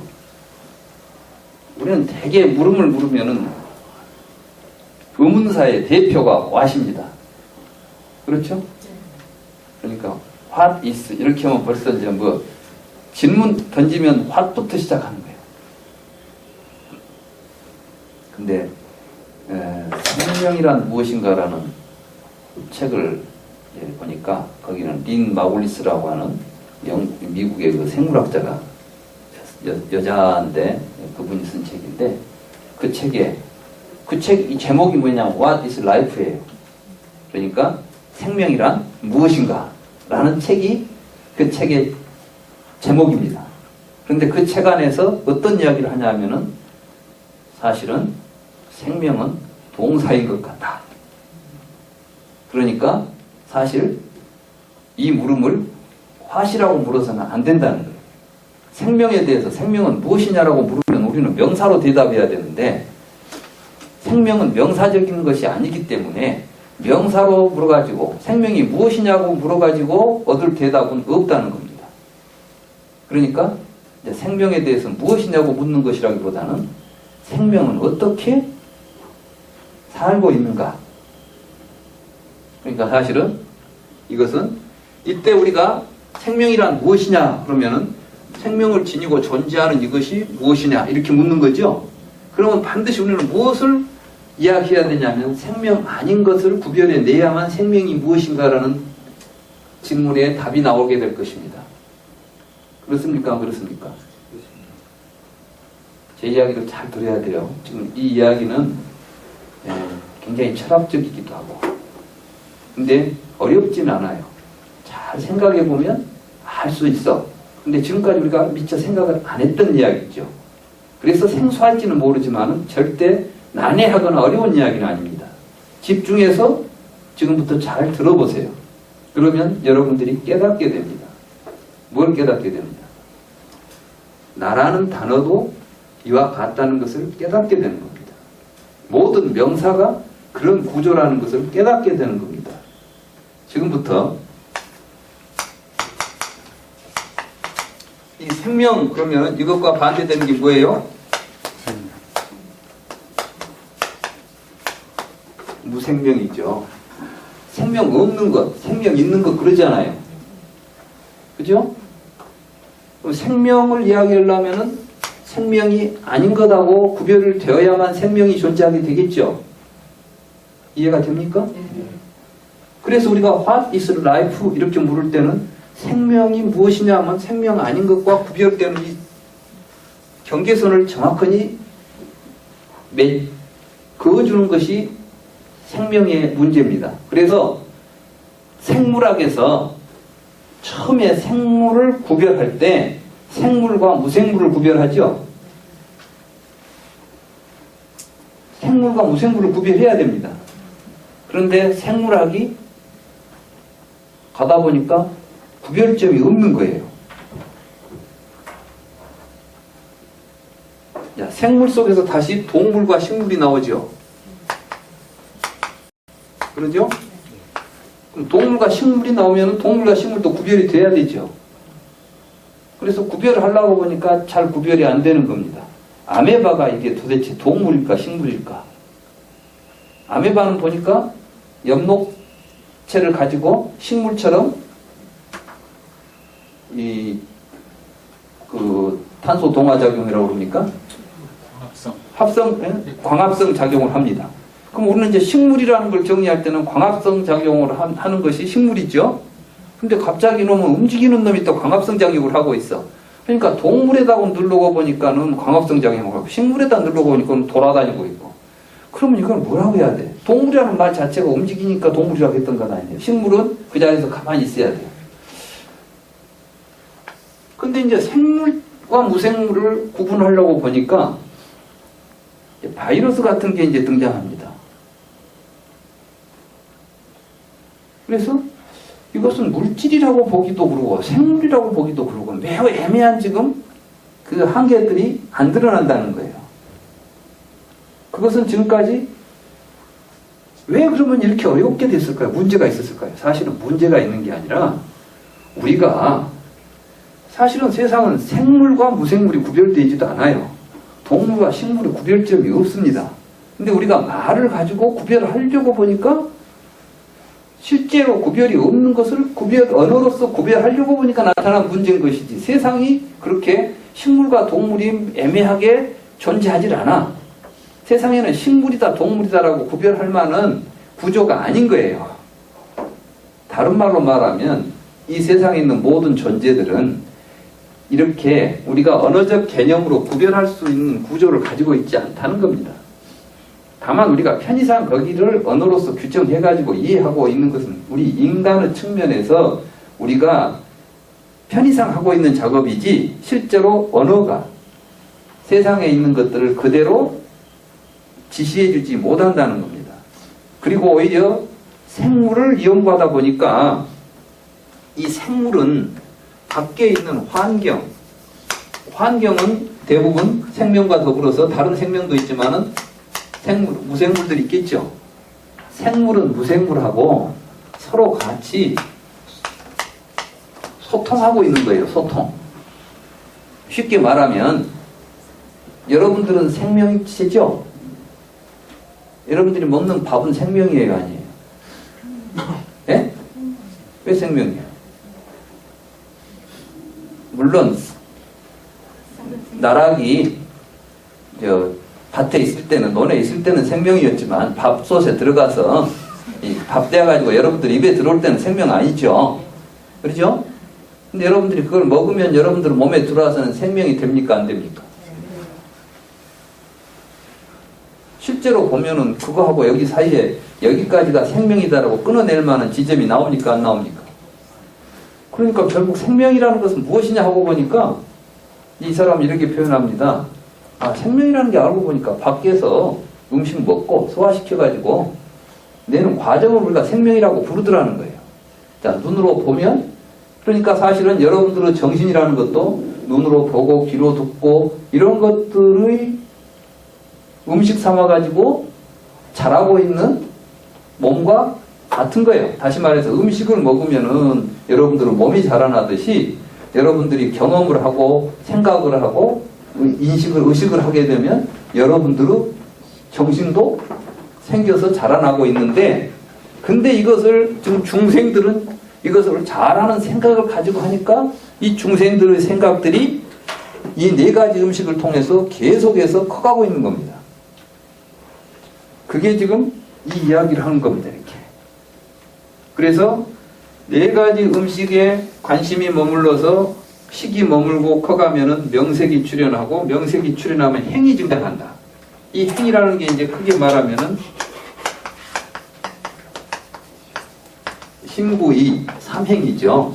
여러분들은 몸으로 행동하고 입으로 말하고 마음으로 어떤 의도를 갖게 되죠. 이게 삼업이라고도 하지 않습니까? 업하고 행이, 부처님의 이제 그 법문 가운데는 업하고 행이 구별이 됩니다. 업은 선업이든 악업이든 더 포괄적인 겁니다. 근데 부처님은 업을 멸하라고는 하지 않습니다. 행을 멸하라고 합니다. 업이라는 것은 삶입니다. 근데 여러분들은 결국 어떻게 사냐면 몸을 가지고 말도 하고 어떤 의도를 가지고 살죠. 근데 이 삶이 잘못된 생각을 가지고 살면 끊임없이 자기라는 것을 만들어내는 삶으로 귀결된다는 거예요. 그러니까 여러분들이 지금까지 살면서 끊임없이 아상을 키워온 거예요. 여러분들의 삶 자체가 자기를 키워온 삶을 살아왔던 겁니다. 그걸 벗어던지는 거예요. 그것이 이제 수행이고 그것이 정업의 맑은 업. 불교는 업을 짓지 말라고는 하지 않습니다. 선업을 짓고 청정한 업을 지어서 바르게 살자는 이야기지, 어떤 사람들은 업을 지으면 윤회하니까 업장이 생기니까 업 자체를 짓지 말라고 하는 이제 그런 경우들이 있습니다. 근데 그거는 굉장히 불교로 오해한 겁니다. 어떻게 업을 안 짓고 삽니까? 죽자는 이야기인데 불교는 죽자는 이야기가 아니니까. 그러니까 이러한 구조를 통해서 끊임없이 자기가 미래의 자기라는 생각이 계속 커가니까 그 미래의 자기에 대해서 이제 이게 태어나서 늙고 죽을 생각, 걱정, 그 근심이 계속 늘어나고 있는 거예요. 우리들이. 그 구조가 지금 12연기입니다. 이해가 되십니까? 이건 남 이야기가 아니라니까요. 나 자신이 지금 그렇게 살고 있다는 걸 우리가 깨달아야 됩니다. 아, 나는 지금까지 그래, 생각해보니까 내가 그렇게 살았구나. 그러면 우리는 그때 연기법을 이해했다. 이렇게 말할 수가 있는 겁니다. 지금 여기서 무명이 무엇인지 개념적으로 이해해가지고 남말 뜻을 알았다고 해서 12연기가 이해되는 게 아니라 여러분 스스로가 이제 아, 내가 지금 느끼고 있는 괴로움들, 생사의 괴로움이라거나 모든 것들이 이런 구조 속에서 일어나고 있다는 것이 여러분들에게 명확하게 인식이 돼야 됩니다. 그런데 잘 안 되죠. 처음부터 잘 될 리가 없어요. 오늘 처음 이야기를 들었잖아요. 그럴듯하지만은 여러분이 실감이 나진 않아. 그러니까 이제 수행이 되는 거예요. 여러분들이 뭐 할 때, 내가 지금 나에게 뭔 어떤 느낌이 일어난다는 것은 이런 구조 속에서 이런 과정을 거쳐서 일어나고 있는가. 이걸 자꾸 살펴서 그렇구나. 바로 부처님께서 말씀하신 이야기는 이런 대목이었구나. 응? 여러분들이 이제 내가 뭘 보고 화가 났어요. 여러분들은 그놈이 나를 화나게 만들었다고 생각하지요. 근데 잘 생각해 보니까 부처님께서는 촉은 어디서 일어난다고? 육입을 통해서 일어나는데 육입 앞에 뭐가 있습니까? 명세 있고 명성 앞에 식이 있죠. 내 아내가 지금 저것을 보면 화를 내는 의식이 여러분들한테 있는 겁니다. 강아지를 보면 좋아서 아주 좋아하는 사람도 있는가 하면 그런 걸 보면 아주 그냥 즐겨 부르는 사람도 있죠. 강아지는 또 좀 그렇고 보니까 뭐 뱀을 애완동물로 키운 사람도 있더라고. 어떤 사람은 뱀 이야기만 들어도 막 소름이 끼치는 사람이 있어요. 그런가 하면 뱀을 보면 몸에다 감고 사는 사람이 있어요. 왜 그러겠어요? 뱀이 우리에게 괴로움을 주는 것이 아니라 이 사람들은 의식 속에서 뱀을 보면 거기에 즐거운 느낌이 일어나는 사람이 있고 괴로운 느낌이 일어나는 사람이 있는 거예요, 이게. 자, 이런 걸 우리가 정확하게 이해하게 된다면 여러분들은 나에게 나타나는 여러 가지 괴로운 감정이나 이런 것들을 외부의 대상에다 놓고 그걸 해결하려고 하겠습니까? 아니면은 내 자신의 마음을 모든 것들을 다 고통으로 받아들이지 않을 수 있는 마음을 만들어 가겠습니까? 그래서 이제 부처님은 우리의 몸은 사대로 되어 있지 않느냐 그런 표현을 합니다. 지수화풍. 근데 우리 몸으로 이제 세상을 보고 느끼죠. 근데 왜 여러분들이 여러분들이 좋은 걸 준다고 해서 좋아하고 말하자면 땅에다가 뭐 똥오줌을 뿌린다고 해서 땅이 싫어하고 금가루를 뿌려준다고 해서 땅이 좋아하던가요? 아니죠. 땅은 금을 뿌리든 은을 뿌리든 똥을 뿌리든 다 수용하지 않아요. 그러니까 그렇게 마음을 닦아야 된다. 그런 경이 있어요. 그렇게 마음을 닦는 사람이 옆에 사람 보고 저놈 나쁜 놈 미운 놈 막 서로 싸우고 다투고 할 마음이 일어나겠습니까? 안 일어나겠습니까? 그렇게 살면 바르게 생각하고 사는 것이고 이런 게 이제 불교를 공부하는 사람들이 하는 수행이고 삶인 거예요. 그러니까 이건 이제 불교는 이렇게 수행의 출발이 근본이 이치에 맞는 생각, 이치에 맞지 않는 생각을 버리고 이치에 맞는 생각을 하면서 보면 이런 것들이 이제 보이게 되는 것이죠. 그래서 이게 이제 12연기와 오온의 관계입니다. 오온. 이게 오온을 잘하고 생각하고 사는 사람은 이게 사실은 무명, 행식 이게 전부 오온의 구조입니다. 오온은 분리되어 있는 현상이 아닙니다. 색, 수상, 행식은 따로따로 개별적인 존재들이 아닙니다. 이걸 개별적으로 분리시켜버린 게 아비달마 불교입니다. 아비달마 불교에서는 법을 75가지로 다 분리해놓고 개별적인 존재인 것처럼 설명을 해버렸습니다. 그런데 여러분들은 몸 없이는 이 몸이라는 것은 무엇하고 연결되냐면은 안입이 설신하고 연결되어 있습니다. 그렇죠? 그러니까 안입이 설신을 설명할 때 색이라고 설명을 합니다. 그러니까 또 어떤 사람들은 봐라 안입이 설신이 물질로 되어 있다고 설명하지 않느냐 이렇게 말합니다. 그건 역전된 생각입니다. 다시 말해서 우리들의 몸이라는 것은 안입이 설신을 통해서 우리가 갖게 되는 개념입니다. 여러분들의 몸은 눈으로 보고 이럴 때 몸이라는 것이 있다는 것을 여러분들은 의식하게 됩니다. 자, 여러분들 눈 감고 코도 냄새도 안 나고 소리도 안 들리고 맛도 안 느끼고 만지도 않고 있으면 여러분들은 몸이 어떻게 생긴 것 같아요? 여러분들에게 몸이라는 의식이 생길까요? 안 생길까요? 예? 미안하지만 안 생길 겁니다. 그러니까 여러분들이 가지고 있는 몸이라는 것은 사실은 안입이 설신에 의해서 이렇게 이루어지고 있는 거예요. 자, 이런 이제 몸이 안입이설실이라고 하는 이러한 구조를 가지고 있는 것이 몸이잖아요. 그러니까 몸에서 이 몸 없이는 여러분들이 느낌이 일어날 수 있겠습니까? 없겠습니까? 없어요. 근데 지금까지 어떤 생각을 하느냐? 많은 사람들이 정신이라는 실체가 있어가지고 우리의 몸과는 무관하게 그 자체가 느끼고 보고 느끼고 생각하고 행동하고 의지를 결정할 수 있는 능력들이 있다고 생각이 왔습니다. 여러분도 지금까지 그렇게 생각이 왔습니다. 여러분들 몸 안에는 마음이 있고 마음이 눈을 통해서 세상을 보고 그러니까 그 마음을 닦자고 생각한 거 아니에요? 마음은 그 마음을 닦자는 게 아닙니다. 마음은 어떻게 닦냐면 마음이 어떻게 형성되는가를 보게 되면 보고 듣는 가운데서 마음이 형성되니까 잘 보고 잘 들으면 마음이 닦아지는 거예요. 마음이 있다고 한다면 닦을 수가 없습니다. 있는 마음을 어떻게 하겠습니까? 그래서 육조 해능제사가 그 유명한 개송 있죠?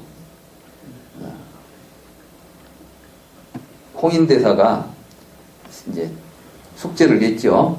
자기가 지금까지 수행을 해서 얻은 바가 있으면 한마디씩 일러라. 그러니까 그때에 신수대사가 사실인가 아닌가는 모르겠어요. 근데 스토리인즉슨 그렇게 전개됩니다. 왜 그 이야기가 전개되냐면 육조 해능의 법이 진실한 불법이라는 이야기를 지금 하려고 하는 거예요.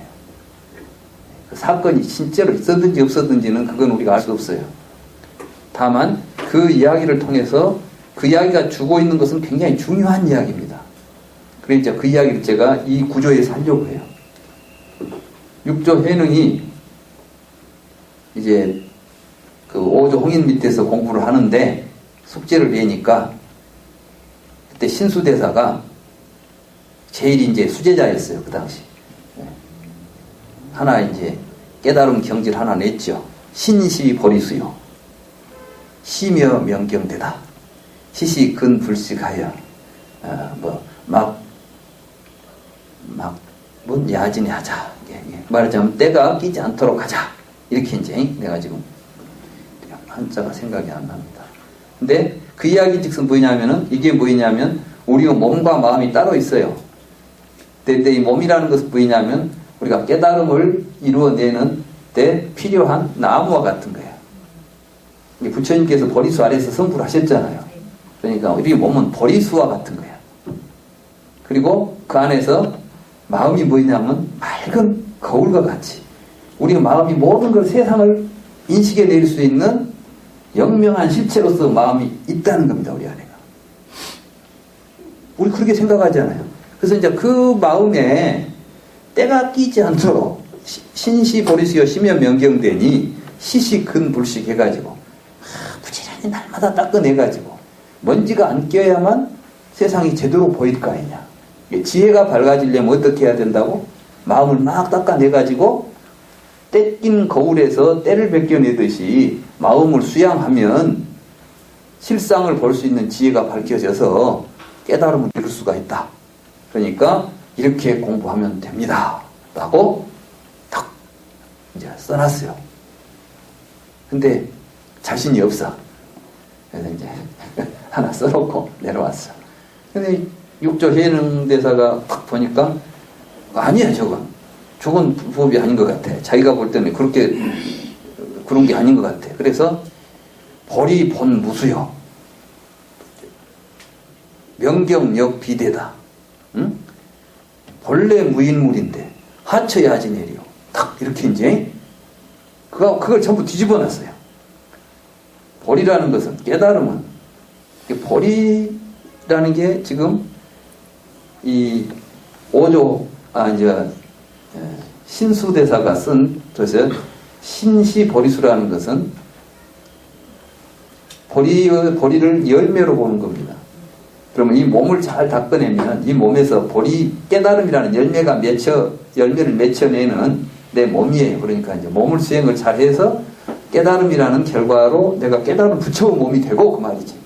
이 몸을 잘 잘 수행을 하면 부처님처럼 금색 광명을 띤 엄청난 멋진 몸이 되고 마음은 맑은 거울과 같으니까 잘 닦아내면 이제 지혜롭게 세상을 비춰볼 것이다 이렇게 말을 하니까 지금 육조 해능이 하신 말씀은 야 깨달음이라는 것이 무슨 열매를 나무에서 열매 맺히듯이 맺히는 것이 아니다 이런 뜻이에요. 그러니까 아까 깨달음은 뭐라고 그랬죠? 지금 여기 이미 있는 것을 우리가 보는 것이지 없는 것 이제 지금은 열매라는 것은 처음부터 열립니까 안 열립니까? 그러니까 보리수 열매를 기대하는 것은 미래의 어떤 결과를 수행을 통해서 미래의 결과를 얻으려고 하는 것이 불교 수행이 아닙니다. 이런 뜻이에요. 그러니까 그 말 뜻을 우리가 이제 이해를 해야 돼. 그 계속만 외우고 다니면서 멋지게 그럴듯하다고 하지 말고 그 본질의 뜻을 정확하게 파악하면 이제 중국 선종이 뭘 지향했는가를 알 수가 있는 거예요. 그러니까 보리 본무수 그 말은 뭐냐면 깨달음이라는 것은 열매 맺히듯이 그렇게 내는 거 아니야. 본래 나무에서 열매 맺히듯이 나오는 것 아니야. 그게 바로 보리는 본래 나무가 없다. 보리에 본래 나무가 없단 말이 좀 이상하잖아요. 그 말이야. 나무에서 열리듯이 맺히는 것이 아니다. 깨달음은. 그 다음에 명경역 비대다. 그 말은 명경과 같은 우리의 마음이라는 것이 어떤 거울처럼 턱 자리 잡고 있는 실체가 아니다. 근데 우리가 보면 뭐 밝은 거울은 대가 아니고 뭔 말인지도 모르지 실제로. 근데 그 말은 뭐냐면 거울이라는 것은 딱 이렇게 구체적인 물체가 있죠. 그래가지고 바깥에 있는 걸 비춰내죠. 지금까지 전부 지금 수행을 하면서 내 안에는 그 거울 같은 실체가 있고 밖에는 어떤 대상이 있는데 그걸 바로 비춰보자. 이런 게 수행이라고 생각했는데 지금 해는 건 뭐냐면 마음은 그렇게 실체가 있는 것이 아니라 연기하고 있다. 이야기를 하려고 하는 거예요. 지금 공이야기를. 그래서 명경역 비대다. 시시근불식하자. 날마다 닦아내자 그래. 그래가지고 이제 다 닦아서 밝을 때까지 한번 닦아보자. 미래에 내 마음이 밝아질 것이다. 이렇게 이야기했잖아요. 신수 대사는. 그러니까 해능 대사는 거기에서 그런 것 아니지. 그러니까 본래 무인물이다. 그 말 아무것도 없다. 그럼 뭔 말인고 이런 이야기죠. 본래 무인물이라는 것은 명사로 지시될 수 있는 건 본래 아무것도 없다요. 모든 건 관계와 연기 속에서 일어나고 있지. 이 마음이라는 것이 명사적 구조가 아니다. 이 말을 하는 거예요. 그러니 하처야지내려. 무슨 때가 어디가 낄 것이냐. 한 생각 내가 무명의 생각 지우면 되지. 그걸 가지고 자꾸 뭘 닦고 뭐 하고 하느냐. 여기에 이제 돈오니 돈순이 하는 이야기가 나오는 거야. 그러나 돈오 돈수라고 해서 수행하지 않는 건 아니에요. 바로 이 도리를 가지고 그 자리를 정확하게 꿰뚫어 보고 거기에 살기 위해서는 끊임없는 정진이 필요한 겁니다. 근데 이게 왜곡되면 한순간 뭐 해버리면은 수행하지 않고 이제 그때부터 부처 노릇할 것처럼 이 이야기는 다시 뭐로 돌아가냐면 신수로 돌아가는 거예요. 신수가 언젠가 뭐가 되면은 깨달음이 이루어져 가지고 깨달은 몸이 되리라고 생각하는 거예요. 그러니까 이제 이 도리를 제대로 이해하게 되면 사실은 선종에서 이야기하는 선사들의 이야기가 됐든 아니면 대승불교에서 이야기하는 모든 대승경전의 이야기가 이 자리에서 조금도 벗어나지 않습니다. 그런데 이것은 소승이라고? 이건 지극히 천박한 지식들이에요. 부처님의 깨달음을 그렇게 보다니 그건 말이 안 되는 이야기입니다. 부처님의 이 말씀 이거 정말 중요합니다. 그래서 오늘 이 이야기는 여러분들이 들었다고 해서 여러분들이 깨달을 수는 없어요. 분명히. 이제 이걸 잘 이해하는 것이. 그래서 부처님은 항상 뭐라 했냐면 내 이야기는 첫째 잘 들어야 된다. 그러고 나서 잘 생각해 봐야 된다. 올바로 이해한 다음에는 그걸 실천해 봐야 된다. 실제로 저런 거를 항상 관찰해라. 이게 이제 뭐 윗바사나니 뭐이냐 하는 게 전부 다 지금 이런 것을 놓고 하는 겁니다. 이런 거 없이 하고 있으면은 길 없이 지도 없이 길 가는 것과 똑같은 거예요. 지금 우리 주변에서 내가 왜 이 강의를 시작했냐면은 우리 주변에서 수행은 열심히 하는데 지도 없이 수행을 하니까 지금 지도 보는 법을 모르는 겁니다. 독도법을. 지도는 있는데 그 지도를 놓고 보는 게 아니라 지도는 내버려 두고 딴 걸 가지고 하고 있는 겁니다. 경을 이해를 하지 않고. 그래서 이제 경을 올바로 번역하고 그걸 올바로 이해하는 것은 우리가 바른 수행을 하기 위한 이제 과정입니다. 이게 이제 수행한 것을 또 우리 스님 모시고 우리들이 계속해서 또 이제 관찰하고 이런 과정에서 우리도 분명히 하나하나 다음 주부터 내가 할 이야기는 이제 이러한 구조 속에서 초선, 2선, 3선, 4선 이렇게 닦아가는 선정의 수행과 그것으로부터 얻는 해탈의 경지들이 무엇을 의미하는지 그게 이제 말하자면 지도에 나타나는 이제 중요한 거점들이에요. 여기 가면 이게 있고 저기 가면 저게 있다. 이런 걸 하나씩 하나씩 확인해 갈 때 우리들은 자기 공부가 훨씬 더 이제 확실하고 의심 없이 성과 있게 공부를 할 수 있을 것이다. 이런 생각을 합니다. 오늘은 제 이야기는 여기까지 하고 이제 남은 시간은 뭐 좀 간식도 먹으면서 여러분들이 그동안 이제 공부한 내용들이나 생각한 내용들 질문 있으면 질문하고 또 자기가 뭐 하고 싶은 이야기 있으면 하고 이렇게 하면서 앞으로 이제 공부는 절반은 제가 이야기하고 남은 시간은 이제 그런 내용을 중심으로 같이 토론하면서 그런 공부를 좀 할까 합니다. 좋겠죠? 네, 그럼 오늘 제 이야기는 여기서 끝내겠습니다.